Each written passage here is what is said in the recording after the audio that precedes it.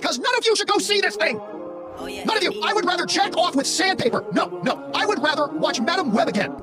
No, I would rather do a marathon of Madam Web, Morbius, and Kraven the Hunter than ever watch this piece of garbage again. What in the hell was that? I just got back from watching Scream 7 and wow!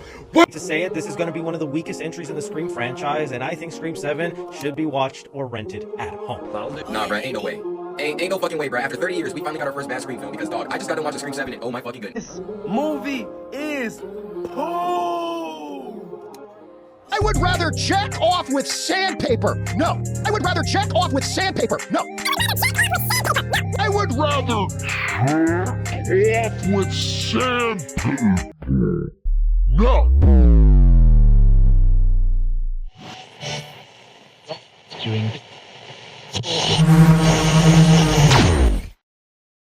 So, as of recording this video, this is actually the second weekend since the release of Scream 7 in cinemas. I was hoping to get this review out a little earlier than I anticipated, but unfortunately for my first viewing of Scream 7, I actually didn't have that great of an experience, let's just say that. My theater experience was kind of piss poor because of a stupid, fat, millennial-ass lady that kept making commentary behind me and wouldn't shut the fuck up throughout the movie.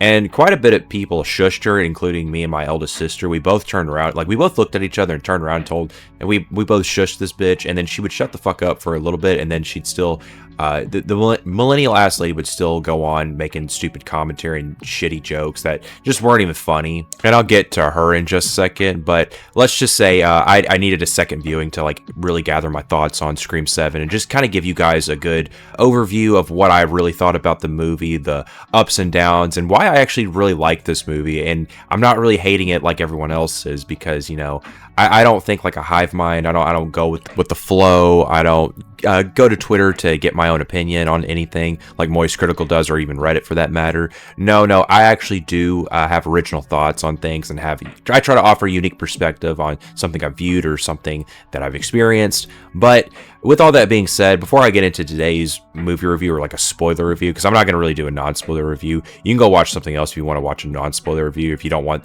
to be spoiled with this movie. But before I get into all that bullshit, I'm going to need you guys to go ahead and do your due diligence. As always, like and subscribe to the channel because you're not going to miss out on this certified banger content.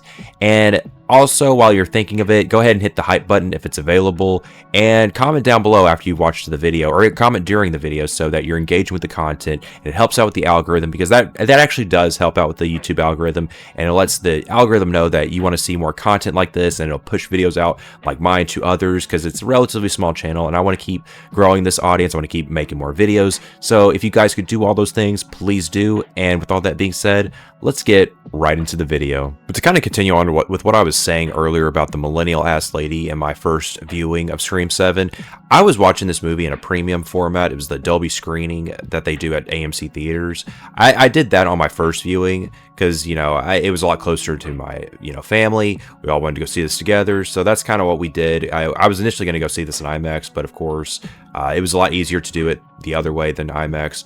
But regardless of that, you know, we all get there, we're all seated, and then the trailers start playing, and it's a bunch of like horror bullshit, a lot of horror movies that I'm probably not going to go see other than like Ready or Not or some other one. But other than that, there were some like really trashy looking movies, and there was one that had like a tagline like "Be seated on this release date" or whatever. And we hear this lady behind us who's just making commentary. She's like, "Oh yeah, I'll be seated for that. I'll definitely be seated for that."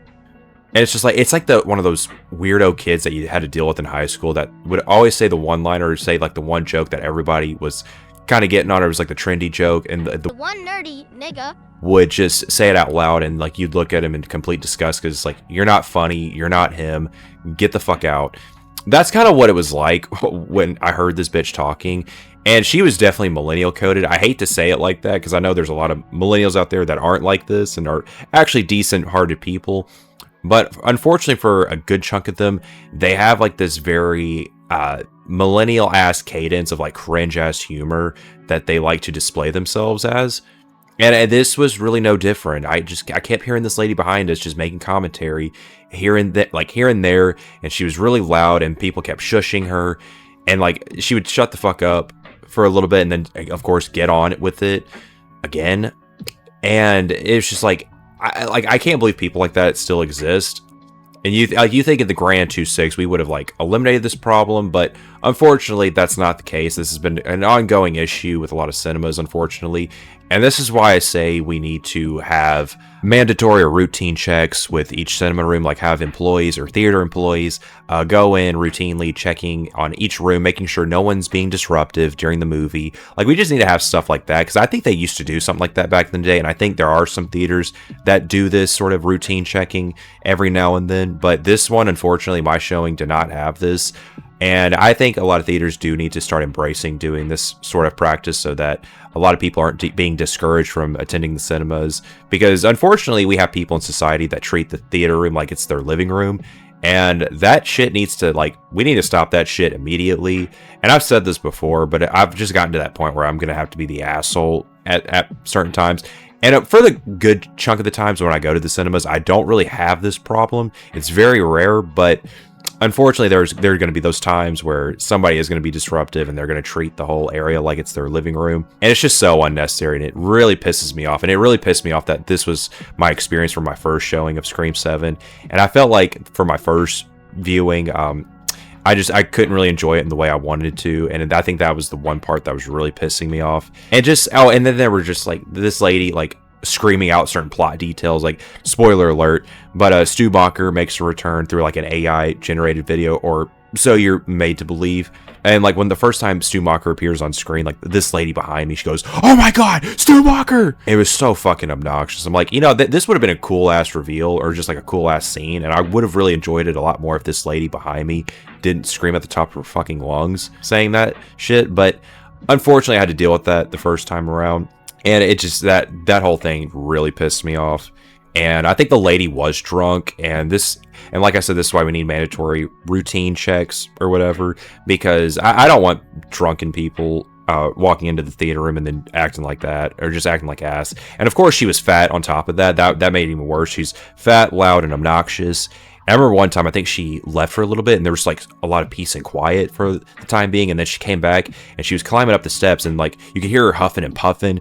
And she goes, "Oh, god damn, that was a workout." And I was like, "Oh, I wonder why, fat ass." But yeah, that was basically my first viewing of Scream 7. Just not as great of a time as I hoped it would be. But I wound up waiting till the next weekend to go watch this again.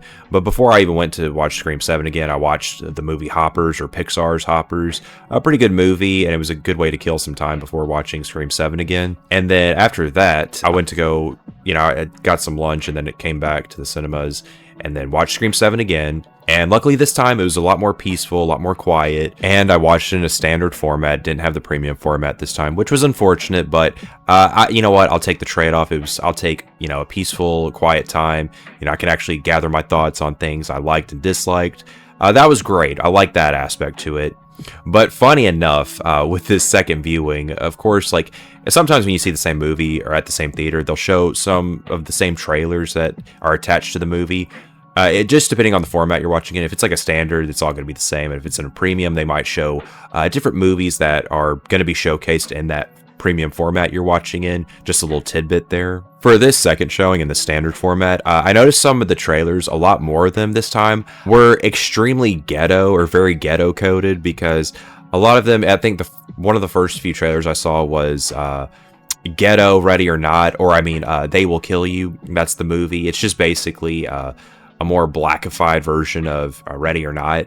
I don't even know why they thought this film was a good idea, because it's literally the same exact premise of Ready or Not. Just like, someone's not getting married this time around. It's just someone just stuck in a hotel, or just like just one contained area. Like, that's the whole premise of this upcoming movie. And I think it's kind of funny it's releasing in the same year as Ready or Not 2. Like, you couldn't have planned something better than that. No, there was that movie trailer, and then there was one for a ghetto movie called Is God Is. Yes, that's the title of the movie. I couldn't think of a better one if I tried. But no, that's the actual title, and it's about as bad as you think it is, or just as bad as it sounds. And then the last one I could think of was some rom-com. I think it was called Love from Tuscany or something like that. It has Tuscany in the title, I know that much, and it stars the black actress that starred as the live-action Little Mermaid.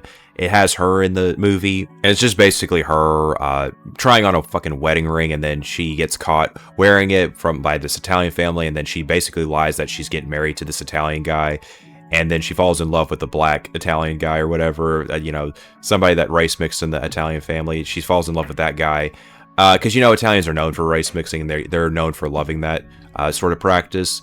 No, but all jokes aside, that's kind of the premise of the movie. She lies about getting proposed, she falls for another guy, and that's the whole rom-com in itself. And they pretty much show you the entire movie in the trailer, because like the guy at the very ending, he comes back or whatever, the guy she lied about proposing to her, he comes back and he's like, what's going on?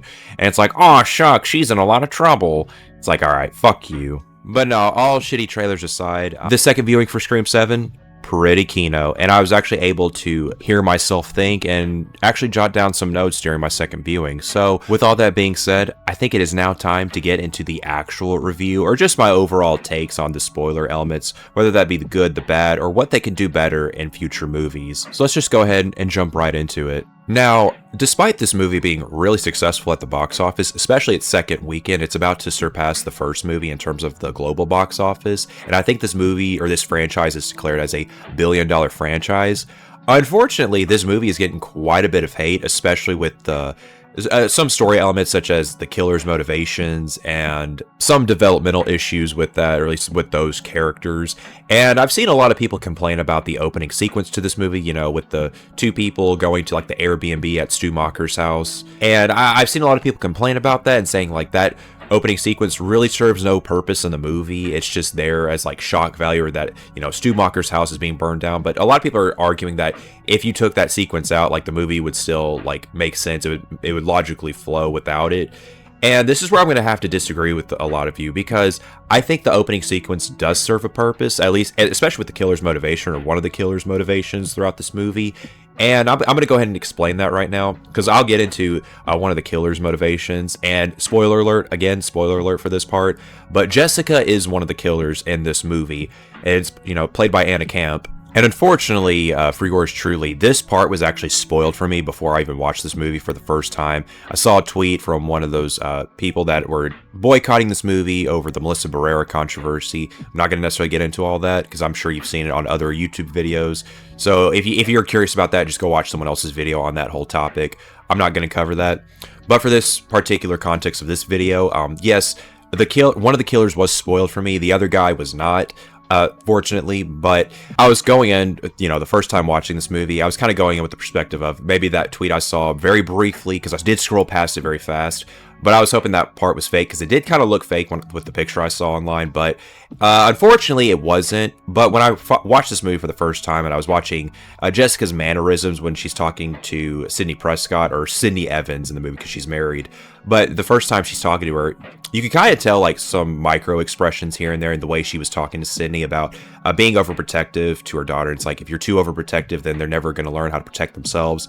That's one of the main themes in this movie, is like legacy characters, like passing down certain tropes, or maybe not tropes necessarily, but characteristics that they had that they're not passing down to the future generations, because they're in fear of them going down the same path, or just wanting a better future for them, but it's like at the cost of them not being able to protect themselves. That's one of the themes in this movie, and Jessica kind of highlights that at the very beginning. But you can just kind of see, like, you can kind of hear it in her tone of voice that, like, she has some sort of resentment towards Sydney, while at the same time has some sort of admiration for her. And with that being said, you find out that she's one of the killers because she idolized the old version of Sidney Prescott, not the current one, but she idolized what Sidney Prescott stood for, and she was, very inspired when she read her book, Out of Darkness. And that's the book that Sidney Prescott was promoting in the fourth Scream movie. They kind of tie some of that stuff in.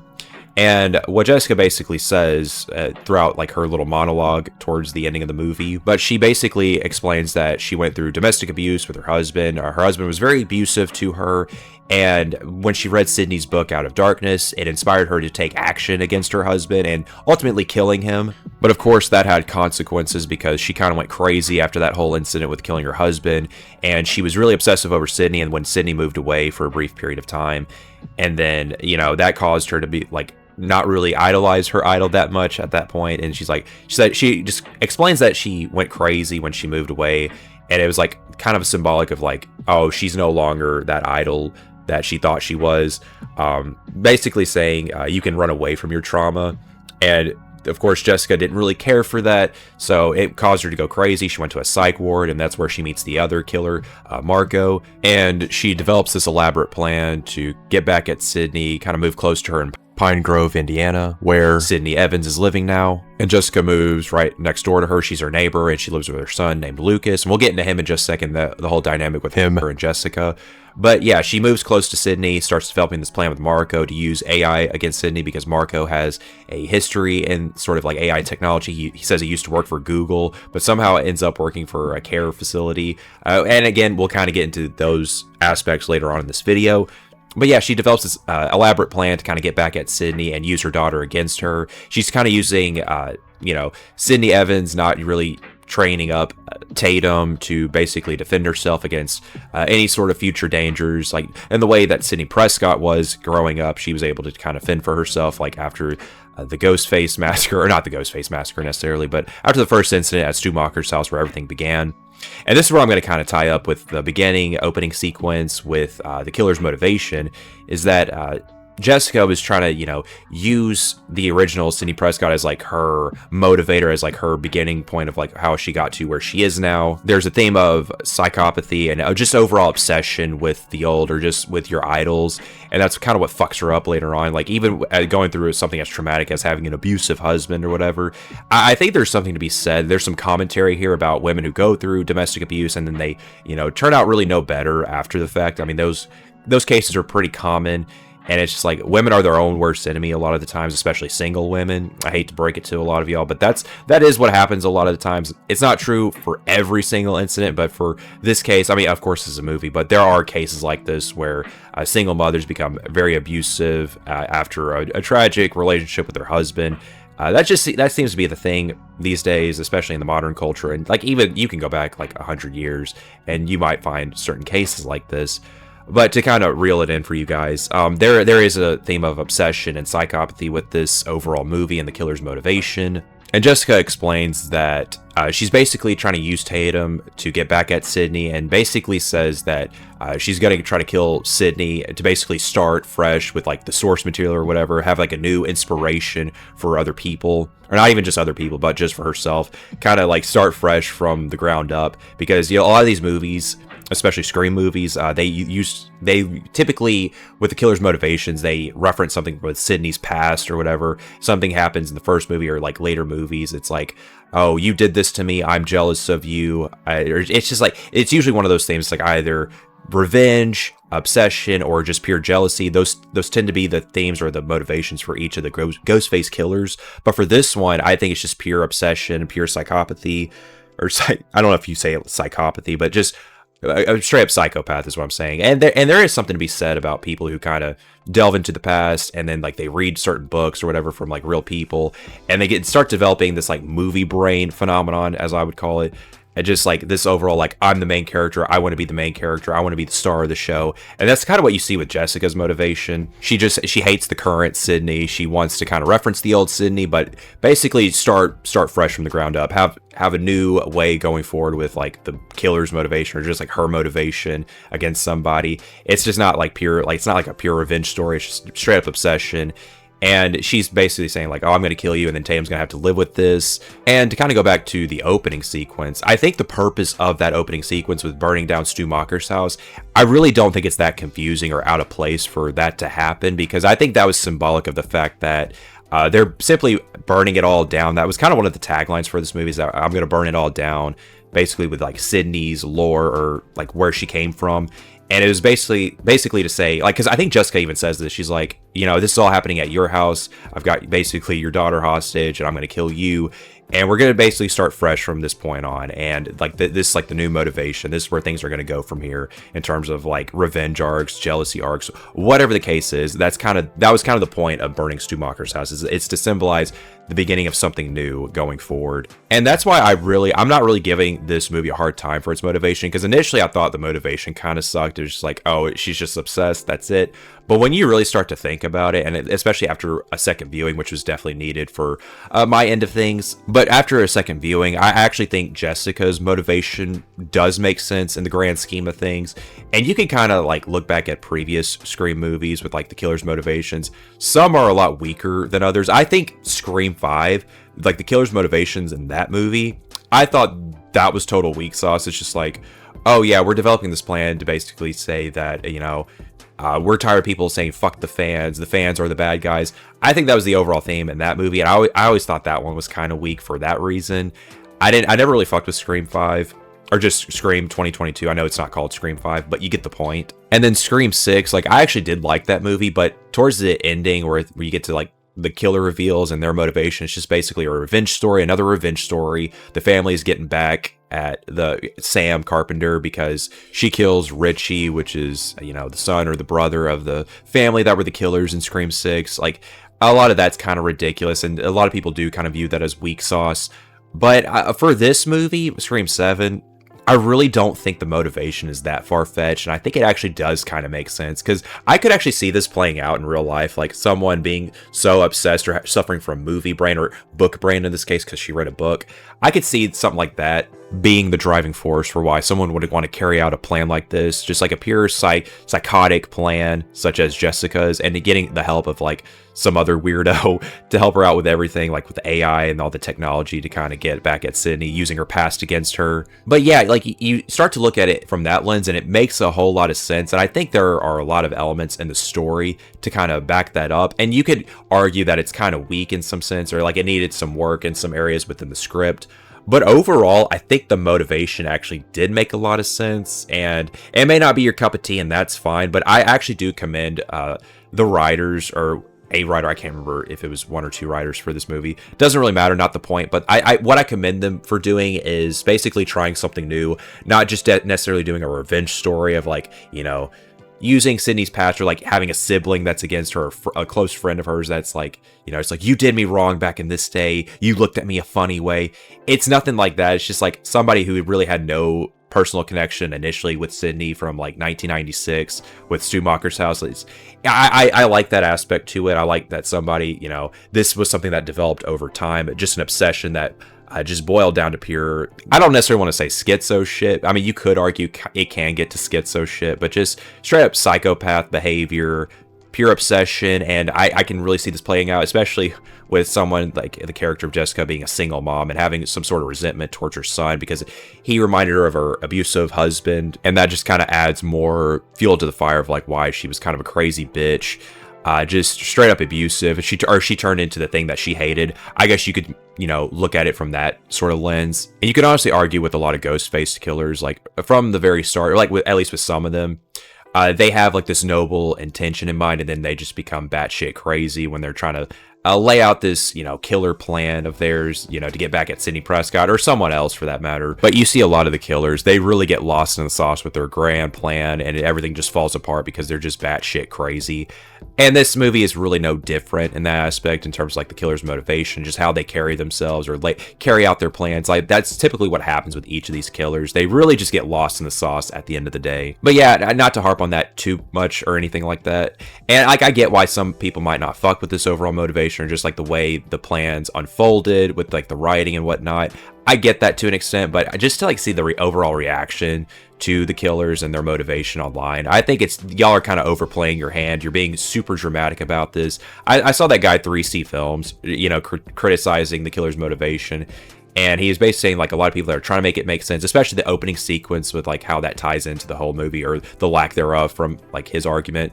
He's saying that like a lot of us that like including myself that are defending the choice to have the opening sequence in the movie, he's saying that we're coping or whatever, and like we're just excusing bad writing or just we're excusing bad behavior, not necessarily bad behavior, but just like overall bad writing from these people, and saying like we're excusing that going forward, and you guys showing up to the cinemas, or he may not even be making the argument that like us showing up to the cinemas and supporting it is inherently bad, but basically saying like us praising this movie and like saying that certain elements were good that he may not find good. He's saying that's just given the message that the studios are like, oh, you guys think this is good? Okay, we're going to keep doing the same thing.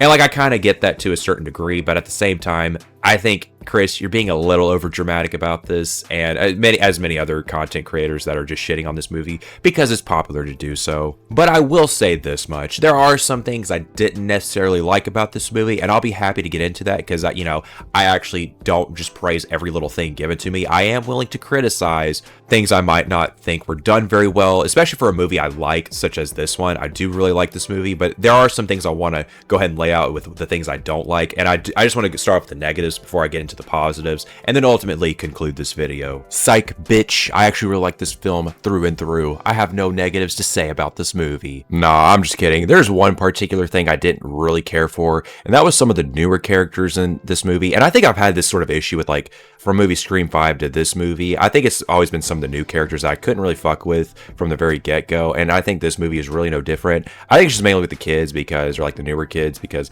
a lot of them, for the most part, I just don't think they have that sort of charisma like other Ghostface victims had back in past movies. Like, a lot of these support characters or additional characters, or actors, I should say, really don't have that sort of star power like in older films. The only one I can really think of is like McKenna Grace, because, it's McKenna Grace. And of course, she's only in this movie for like 15 minutes total, I think, or maybe even less than that, because she's super expensive. And I'm sure they don't want to keep her longer than 15 to 30 minutes, because that would be super expensive and that would probably exceed the budget, because they're already having to pay a shit ton for Neve Campbell's salary. Because I think that was one of the main reasons Neve Campbell didn't show up for the Scream 6 was because of salary issues, and she wasn't getting paid what she thought she was owed. So they had to really up the ante with the budget for this movie for Neve Campbell.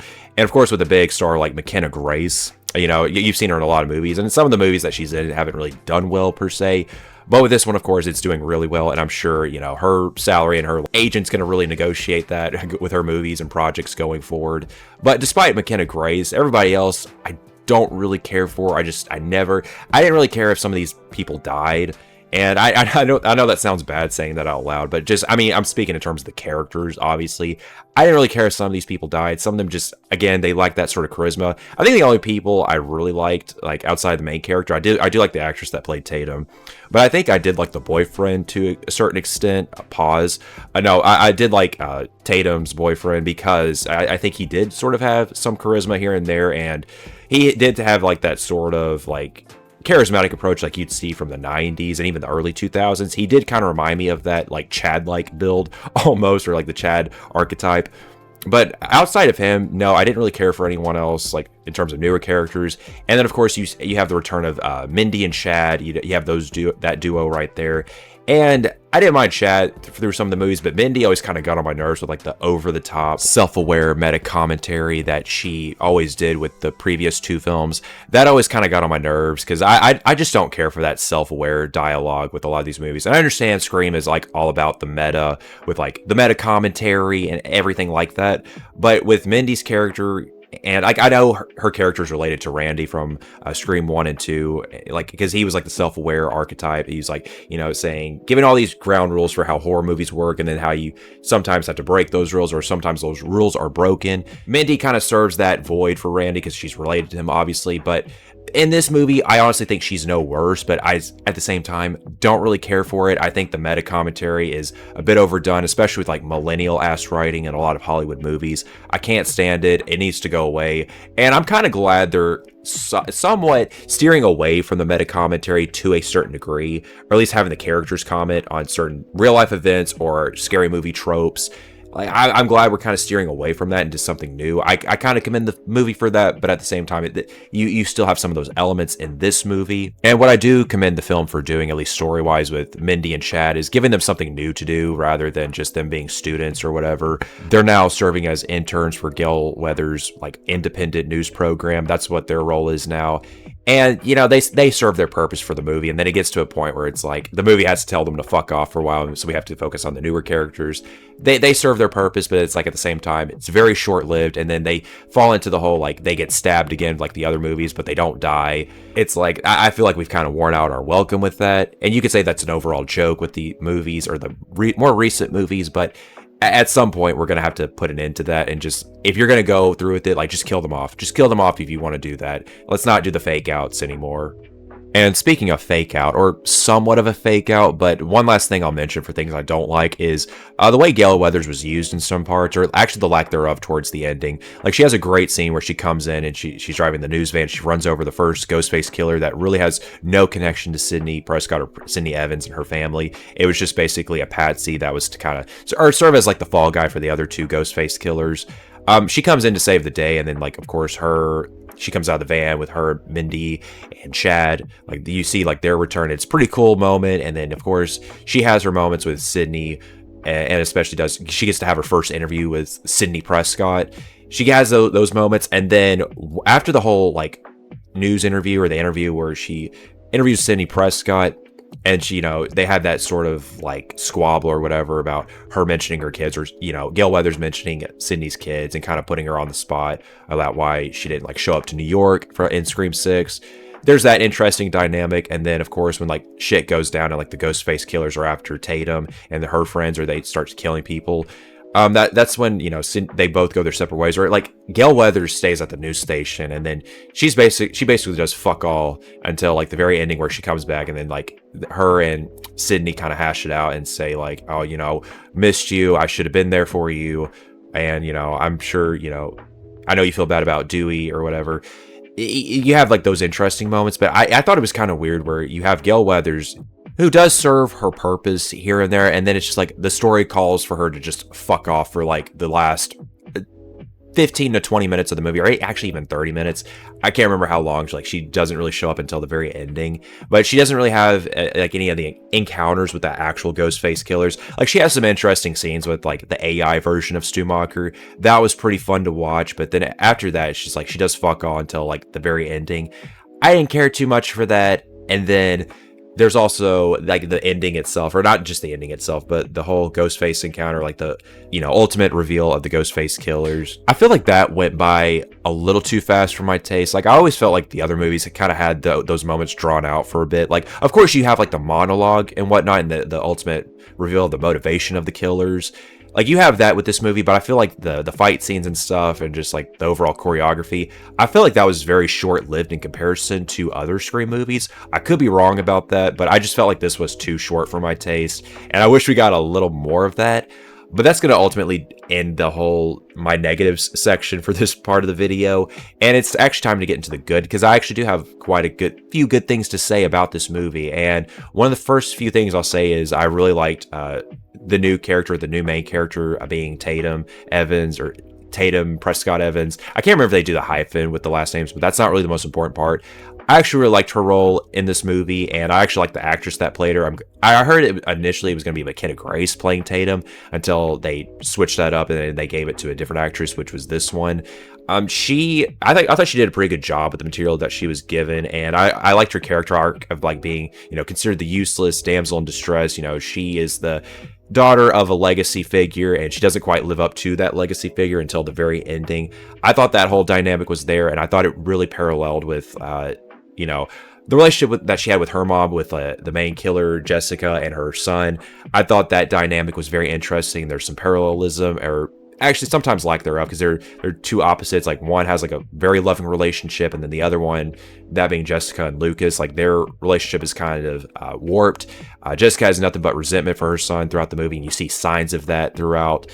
And Jessica has like, because Jessica mentions that she has like that overall resentment because Lucas reminds her of her ex-husband that was abusive, and she was seeing signs of Lucas becoming just like his dad. That was really interesting. I liked that aspect to the movie, and I thought the performances was great from especially Neve Campbell, who returned after being absent from Scream 6. I thought she did a really great job in this movie. It was great to see her again. Honestly, I think you really can't do these Scream movies without Neve Campbell, unless you just do like a full-on reboot. But even then, I don't think it works without like the main star of your show. But I think they do a good job of like kind of passing on the torch, or like giving that opportunity to kind of give it to someone else like Tatum to kind of carry on the franchise, or maybe other characters for that matter. I thought they did a great job with that, and I liked Joel McHale's character, Mark. I thought he was pretty good. I was kind of worried that they were gonna like soyfy him and just kind of like emasculate the dude, because there tends to be that thing where it's like they add in the goofy dad trope with a lot of these movies, but luckily they didn't do that with this movie. He was very protective. He was actually trying to do his job, and he actually loved his family. He wasn't a complete doofus. I thought, see, that shit like that, I really enjoy. And other things I enjoyed in this movie were the killings or the Ghostface killings. I thought they kind of went above and beyond with how they did each kill, like especially the beginning scene and then the theater scene where the Ghostface goes after McKenna Grace's character. He like pretty much slices her open when she's like swinging on that like whatever the device is called. I can't think of it at the top of my head, but she's just swinging it like across the stage, and because she has like nowhere to go and she's stuck up there, and like the Ghostface is like taunting her a little bit. I thought that scene was very well played out and very well directed. And then, of course, like the bar scene, that one was pretty brutal, especially with when you find out that Jessica was the Ghostface killer in the bar scene. She kills her own son, Lucas, like putting him against that bar tap handle. I believe it's called a tap handle. I believe that's what it's called. I don't run a bar, so I don't really know the exact term, but I think that's what it's called. But she impales him through that, and just like you see that brutal scene where he's like spitting out not even spitting out the blood's coming out and the beer's coming out. Like that shit was gross, but it was really cool. And I saw some people giving that scene a hard time, saying like the effects were really off and it looks super fake. But honestly, I can kind of forgive that because it was really cool, like how it was done. I mean, it was super goofy and campy, but I think it was enough to like for me to like enjoy it and not like get completely grossed out. And then to not only talk about the killings themselves or from the Ghostface killers, let's talk about the Ghostface killers themselves. Like something about this movie, they were super durable. Like they were like superhumans for whatever reason. Like they were taking all sorts of hits, like getting hit with fire extinguishers, metal pipes, whatever the case may be. Like they were taking so many hits and still getting up. And I'm like, holy shit. And like, especially towards the ending of the movie, or like the final encounter between Sydney and Jessica, for whatever reason, like she had a fucking brick thrown at her face, or like Sydney like takes a brick and smashes it against her face. And the bitch Jessica manages to get back up from that and still trying to like fight Sydney off. I'm like, holy shit. Like that was insane. And like the other guy, Marco, I think is his name. Like he was taking a lot of hits and that motherfucker was super durable. But he goes out the easiest because he gets just shot in the head, which I mean, I guess that was by design because he talks about like what happens when you don't shoot people in the head, and like he brings out Jessica for the ultimate reveal. He refers to her as Stu because she's the one playing Stu on the AI generated videos. But despite all that, like he was super durable up until that point. But Jessica, she was like a fucking Tomb Raider boss fight. And it wasn't even just like her getting impaled or whatever, like getting hit so many times like a brick or a pipe or like getting smashed across something. No. What takes her out is like two fucking guns. It's Sydney Prescott and her daughter, like they both take their handguns and they just shoot the bitch like in the head and like everywhere else. And I'm like, holy shit, was this a boss fight? Was it written like this? Because this is over the top, but at the same time, it was kind of awesome. And I know some people are like they're giving a hard time with like the Ghostface killers and their motivations. I actually thought this was really well played out, and I really like this final encounter. Now my only gripe is like the set piece itself. Like it is kind of lackluster in comparison to other movies. I guess you could say that's another downside of mine that I forgot to mention earlier.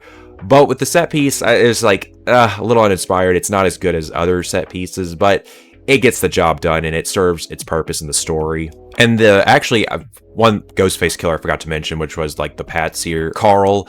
That guy, dude, he clutched a 2v1 against Sydney and Mark. And like they were throwing everything at him, like just doing everything they could to fight him off. And like it still wasn't enough. Like if it wasn't for Gail Weathers coming in to run the guy over, I think that guy would have gotten away. Like, let's just be real. I think he would have gotten away. Now, to be honest, I do find it bizarre that in the script, they don't have the police stick around after they do their protective sweep around the house. I find that really bizarre. They didn't stick around and like wait for the family to get all their shit together and get the fuck out of Dodge. That I find a little far-fetched and just a little goofy. But again, that's just like another flaw that I saw with this movie, and it's not that big of a deal in the grand scheme of things, but I find that part really goofy, especially considering the fact they didn't check the attic of all places where a lot of people would hide if they were the Ghostface killer and trying to, go after someone. I thought that was extremely goofy. Now, in terms of goofy, or something I liked that was rather goofy, was Matthew Lillard's performance as Stu Macher, or the return of Stu Macher. I thought Matthew Lillard in this movie did a great job with his return. And, especially when he's acting in those like AI generated scenes where he's basically acting as if he's Jessica doing an impression of Stu Macher, because in the movie they explain that Jessica was the one doing the impression of Stu Macher with those AI generated videos. And you could tell because there's certain hints here and there with like the mannerisms and the overall zest in some of the with the acting itself, just because he's doing it like an impression of a girl trying to do an imitation of a guy. I know that sounds a little confusing, but hopefully that makes sense. Now, I know in the movie, like, they explain that Stumacher is dead, because that'd be ridiculous if he was still alive. But actually, I think they left little clues here and there to kind of show you that Stumacher is alive. And they do a good job with, like, the different mannerisms and expressions from the actor Matthew Lillard, because, like, there are certain points in the movie where there are subtle mannerisms to kind of entail that, like, one version of him, like on the FaceTime calls, like one version of that is actually him, because you see like the scars on his face and like the consistent shadows. Because the boyfriend of Tatum, like, he explains in the movie, because he's a techie bro, he said that if it was an AI generated video, then it's a really good, like, deep fake overall. Like, they did a good job with whoever faked it out. But I honestly think that was actually Stumacher, at least the first time when Sydney Prescott or Sydney Evans opens the FaceTime call, and then he says, "Surprise, Sydney." And then, you know, he says the line, you know, "I always had a thing for you." And I thought that was really odd, because I feel like Sydney would be the only one who actually heard Stu say that, because he did actually say that to her. She would have been the only one other than Billy Loomis that heard him say that.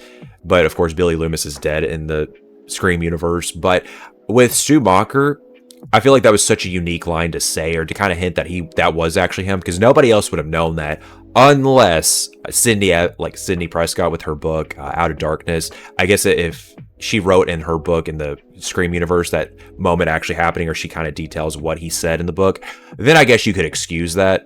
But at the same time, I think they added that by design to kind of show you that, hey, this actually might be the real Stumacher on this FaceTime call. And the ones that were fake, or the fake outs of like the AI generated stuff, the angles or whatever, like where he's kind of standing back and like talking to the screen rather than holding the camera up to his face like you would for a regular FaceTime call. Because if you were like trying to do a deep fake and you're like moving the camera around constantly, like I feel like the AI would have a harder time to generate a fake out version of somebody trying to do an imitation or whatever. But if it's like from like a wide angle lens and you're kind of, you know, you're keeping your distance, then that would be a lot easier to do a deep fake or an AI generated video of that person. And a lot when it was like the wide angle shots with Stumacher talking, like you could kind of tell like that one was a little more scripted and a little more well thought out. But with the FaceTime calls, that one, especially with like the change in mannerisms, because like in the wide angle shots, he's acting a little more zesty as if like a girl's doing an imitation of him. But with the FaceTime calls, like that one seems a lot more authentic to Stumacher's character, because he says a lot of things that only Sydney Prescott would know, or just like he acts more like Stumacher in the FaceTime calls, like when he's just moving the camera around, compared to when he's like, you know, standing back and doing like the wide angle shot.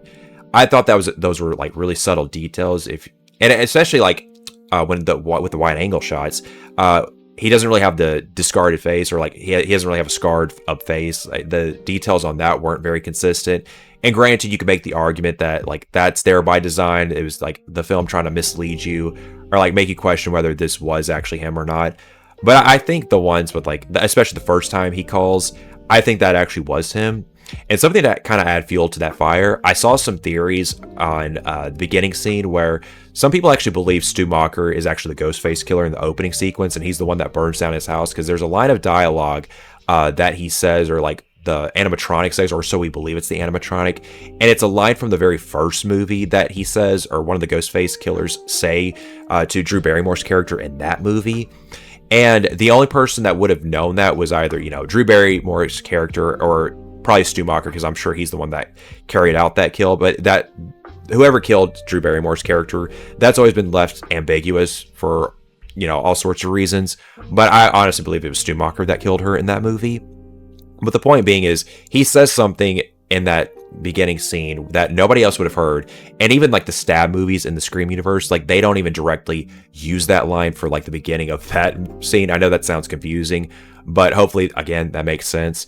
But the point I'm making is that he says certain things that kind of hint that that actually is Stumacher, because the only person that would be able to know those lines of dialogue would be either Stumacher or even Sydney Prescott. And of course, that's depending on if Sydney Prescott ever revealed some of those lines of dialogue in the Scream universe.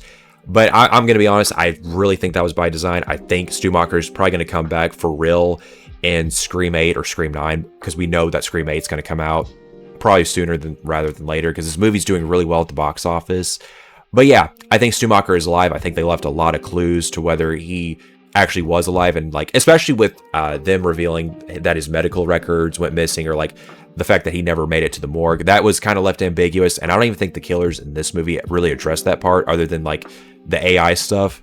But even then, I think they kind of left that open-ended for obvious reasons. And I honestly hope that Stumacher returns, because I felt like that was kind of a missed opportunity with this movie to actually bring him back for sure.